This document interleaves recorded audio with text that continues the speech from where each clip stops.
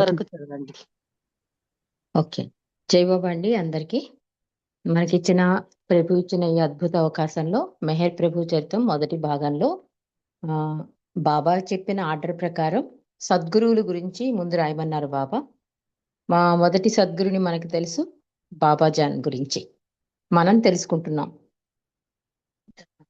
కిందటి వారం ఎక్కడి వరకు ఉంటే బాబాజాన్ లాంటి సద్గురువు తమదైన ప్రత్యేక శైలిలో తమ కార్యక్రమాన్ని నిర్వహిస్తూ ఉంటారు అని మనం తెలుసుకుంటున్నాం.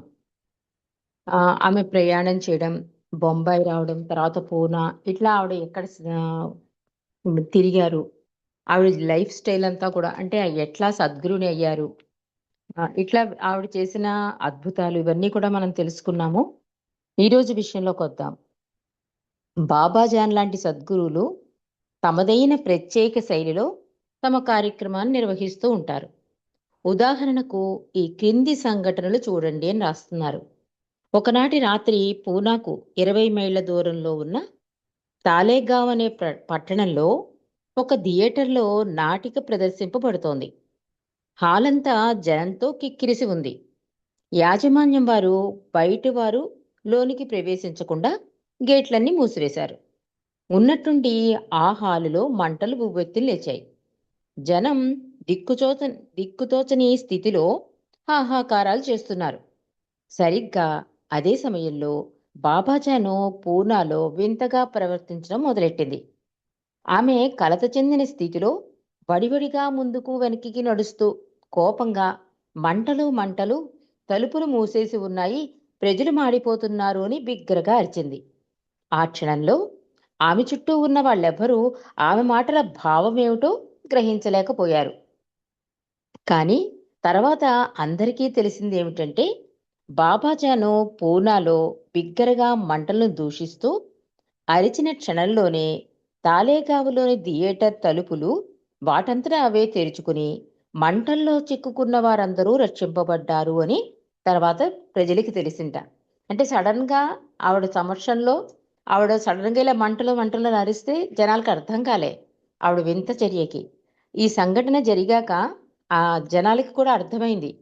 ఎందుకంటే ఆవిడ ఎప్పుడైతే మంటలు జనాలు మాడిపోతున్నారని అన్నప్పుడు అప్పుడు ఓపెన్ అయ్యేట డోర్సు, జనాలందరూ రక్షింపబడ్డారు.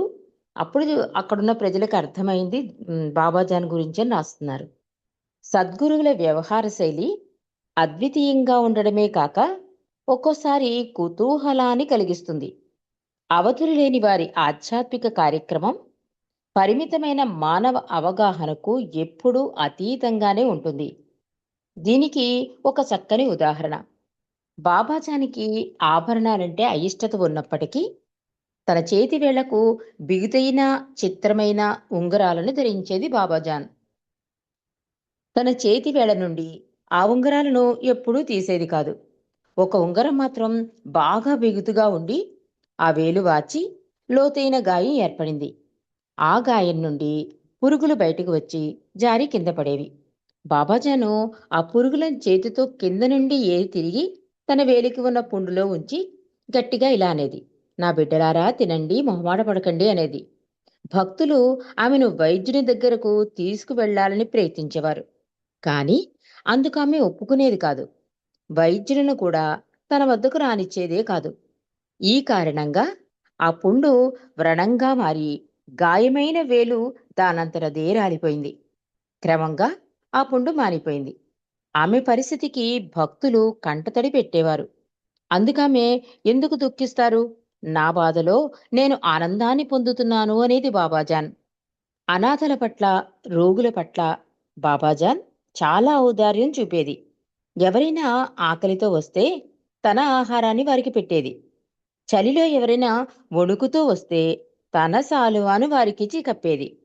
ఒకసారి మాత్రం ఆమె తన నిజమైన వితరణ గుణానికి విరుద్ధంగా ప్రవర్తించింది. ఆ రాత్రి ఒక వృద్ధుడు చలి తీవ్రత వల్ల జ్వరం, జలుబుతో వణుకుతూ బాబాజానికి సమీపించి, అమ్మా, నీ దృష్టి నా మీద ప్రసరింపజేసి నాకు స్వస్థత చేకూర్చు అని అర్థించాడు వృద్ధుడు. దానికామె కోపంతో ఊగిపోతూ ఆ వృద్ధుని ఒంటిపై ఉన్న పలచని దుప్పటిని కూడా లాగేసింది. ఆ తర్వాత ఆ వృద్ధుణ్ణి పూర్తిగా పట్టించుకోలేదు. ఆ వృద్ధుడు మాత్రం రాత్రంతా చలిలో ఏ రకమైన ఆచ్ఛాదన లేకపోయినా నిశ్శబ్దంగా కూర్చుని గడిపాడు. కానీ తెల్లారేసరికి అతనికి పూర్తిగా ఆరోగ్యం చేకూరి అసాధారణమైన బలం వచ్చింది ఆ వృద్ధుడికి. అతను పూర్తి ఆరోగ్యంతో సంతోషంగా వెళ్ళిపోయాడు. బాబాజాను సాధారణంగా పష్తూ లేదా పర్షియా భాషల్లో, తరచుగా పర్షియన్ కవులైన షామ్స్ అలా ఆల్దిన్ హఫీజ్ అని మరియు అమీర్ ఖుస్రు అని పేర్లు ఉచ్చరిస్తూ ఉండేది. ఆహ్, ఆమె పెదాలపై ఆడేవి కూడా. ఏ విధి పదాలు ఇక్కడ రాశారు. ఆవిడ ఎక్కువ స్మరిస్తూ ఉండేవిట. అవేంటంటే, లక్షలాది పండితులున్న, వేల కొద్దీ మేధావులున్న, దేవునికి మాత్రమే తెలుసు తన లీలా వినోదం అనేదిట. అంతేకాకుండా, అద్భుతం దేవా నీ సృష్టి, అబ్బురం ప్రభు నీ లీల, మంచిగా లేని మగువ మస్తకంపై మల్లెపూల తైలం పోశావు అని అస్తమాటికి ఈ ద్విపదలు ఆవిడ పెదాలపై అంటూ ఉండేదిట. ఒక్కొక్కసారి సాధు పుంగవులు, గురువులు గురించి ప్రస్తావించేది. ముఖ్యంగా తాజుద్దీన్ బాబా గురించి ఇలా అనింది: తాజుద్దీన్ నా ఖలీఫా, ఉన్నతుడైన పాలకుడు, నాకు వారసుడు. తాను ఇతరులకు ప్రసాదించినది నా నుండి పొందినదే అనేది. క్రీస్తు శకం 1925 సంవత్సరం ఆగస్టు 17వ తేదీ అర్ధరాత్రి సమయాన బాబాజాను అకస్మాత్తుగా ఇలా అంది: అయ్యో పాపం, నా ఫకీరు తాజు వెళ్ళిపోయాడు అంది. ఈ మాటలకు అర్థం ఏమిటో ఎవ్వరూ గ్రహించలేకపోయారు. కాని తాజుద్దీన్ బాబా నాగపూర్లో తనువు చాలించాడన్న వార్తను మరునాడు దినపత్రికల్లో చదివిన ప్రజలు బాబాజాన్ మాటల్లోని అర్థం గ్రహించగలిగారు. బాబాజాను సుమారు 25 సంవత్సరాలు పూనా నగర వీధుల్లో జీవించింది. ఈ కాలంలో వేలాది హృదయాలు చురుకత్తిల్లాంటి ఆమె చూపులు సోకి గాయపడ్డాయి.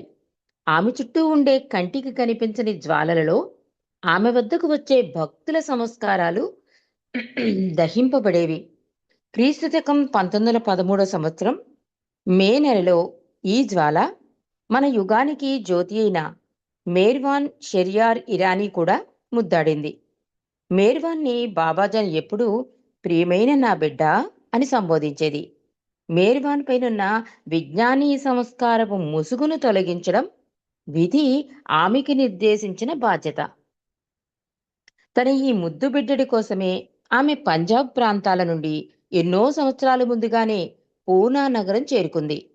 ఆమె స్థిర నివాసమున్న వేప చెట్టు కింద పీఠం మేర్వాన్ ఇంటికి కొన్ని వీధుల అవతల మాత్రమే ఉండేది. తన మిత్రులతో ఆ దారిని నడిచి వెళ్లే మేర్వాన్ను బాబాజాను తరచూ చూస్తూ ఉండేది. కాని అతనిని తన దరి చేర్చడానికి చాలా సంవత్సరాలు వేచి ఉండవలసి వచ్చింది. ఒక్కోసారి బాబాజాను దుఃఖించడం చూసి ఆమె భక్తులు అడిగేవారు: అమ్మా, ఎందుకు దుఃఖిస్తున్నావు అని అడిగేవారు. అందుకామె నా బిడ్డపై ఉన్న ప్రేమ వల్ల నేను దుఃఖిస్తున్నాను అనేది. ఈ మాటలకు వారు ఆశ్చర్యపోయేవారు. ఇంతటి వృద్ధ సన్యాసిని ఒక బిడ్డకు జన్మను ఎలా ఇచ్చింది అనుకునేవారు. ఈ విషయం వారికి అంతుబట్టేదే కాదు. పారవస్యంతో నిండిన ఆమె కళ్ళ నుండి కన్నీరు కారుతుండగా బాబాజాను ఇలా అంటూ ఉండేది: ఒకరోజు నా బిడ్డడు వస్తాడు, వచ్చి ఈ ప్రపంచాన్ని కుదిపేస్తాడు అనేది. ఆమె మాటలు ఎవ్వరికీ అర్థం కాలేదు. బాబాజాన్ సుమారు 130 నుండి 141 సంవత్సరాల పాటు ఈ భూమి మీద జీవించింది. క్రీస్తు శకం 1931 సంవత్సరం సెప్టెంబర్ 18వ తేదీన బాబాజాన్ చేతి వేలికి పూనాలోని ససూన్ ఆసుపత్రిలో శస్త్రచికిత్స చేయబడింది. కానీ ఆమె ఆరోగ్యం కుదుట పడలేదు. శరీరం చాలించడానికి కొన్ని రోజుల ముందు తనలో తాను ఇలా గొణిగేది బాబాజాన్: కాలం సమీపించింది, నేను వెళ్ళిపోవలసిన సమయం ఆసన్నమైంది, నా పని పూర్తయింది, నా దుకాణం మూసివేయాలి అనేది బాబాజాన్. దానికి ఆమె భక్తుడు అనేవాడు: అమ్మా, అలా అనవద్దు, నీవు మాకు కావాలి, మాతో ఉండాలి అని అర్థించాడు ఆ భక్తుడు. అతి నిగూఢంగా ఆమె ఇలా అంది: నా వస్తువులు ఎవరికీ అక్కర్లేదు, ఎవరికీ వాటి ధర చెల్లించే స్తోమత కూడా లేదు. అందుచేత నా వస్తువులను వాటి యజమానికే తిరిగి ఇచ్చివేశాను అంది బాబాజాన్. క్రీస్తు శకం 1931 సెప్టెంబర్ 21వ తేదీన సాయంత్రం 4:27 హజరత్ బాబాజాను భౌతిక శరీరాన్ని చాలించింది. బాబాజాన్ తనువు చాలించిందన్న వార్తను విన్న ప్రజలు నిశ్చేష్టులయ్యారు. ఆమె మరణ వార్తతో పూనా నగరమంతా అంధకారం అలుముకుంది. నగరవాసుల కన్నీటితో పొంగి పొర్లింది. ప్రకృతి గౌరవ సూచకంగా బాబాజాన్ను సాలువతో కప్పి సత్కరించినట్లు ఆకాశమంతా మబ్బులతో నిండిపోయింది. ఆమె అంత్యక్రియలు పాల్గొనడానికి మొత్తం పూనా నగరమే తరలివచ్చిందా అన్నట్లు పురవీధులన్నీ ప్రజా ప్రవాహంతో నిండిపోయాయి. ఎన్నో సంవత్సరాలుగా బాబాజాన్ నివసించిన వేప చెట్టు కిందనే ఆమె అంత్యక్రియలు నిర్వహించి సమాధిని నిర్మించడం జరిగింది.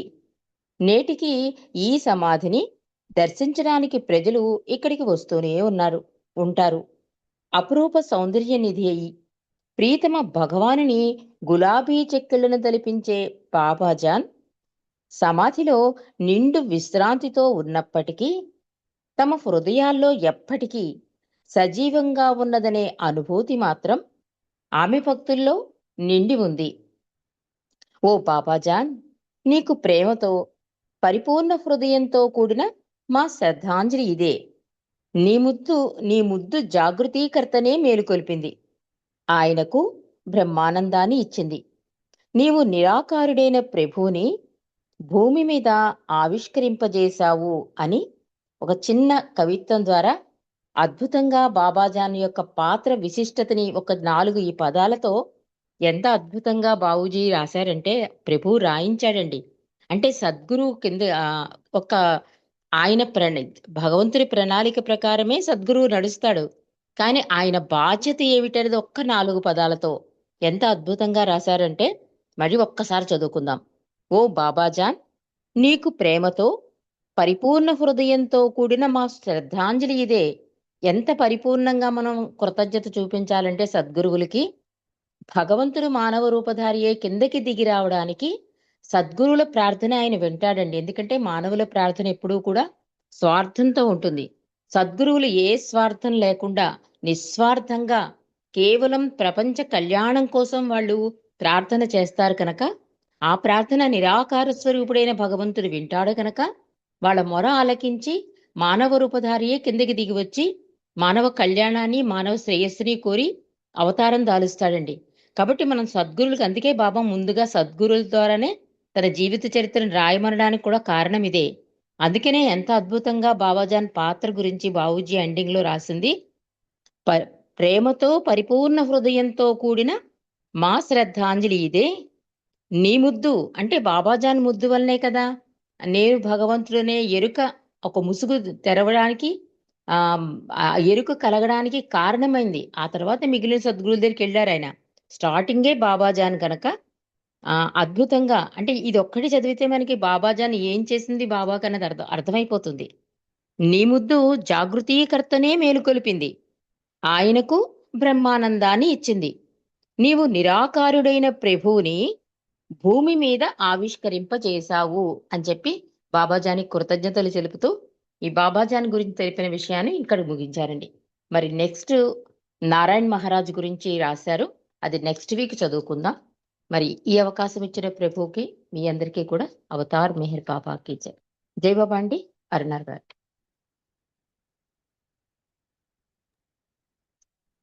అరుణ్ గారు జై బాబా. జై బాబా అండి. జై బాబా. మెహర్ ప్రభు చరిత్ర చక్కగా చదివి మాకు అందరికి అర్థమయ్యేటట్టు వినిపించారు. మీకు జై మెహర్ బాబా.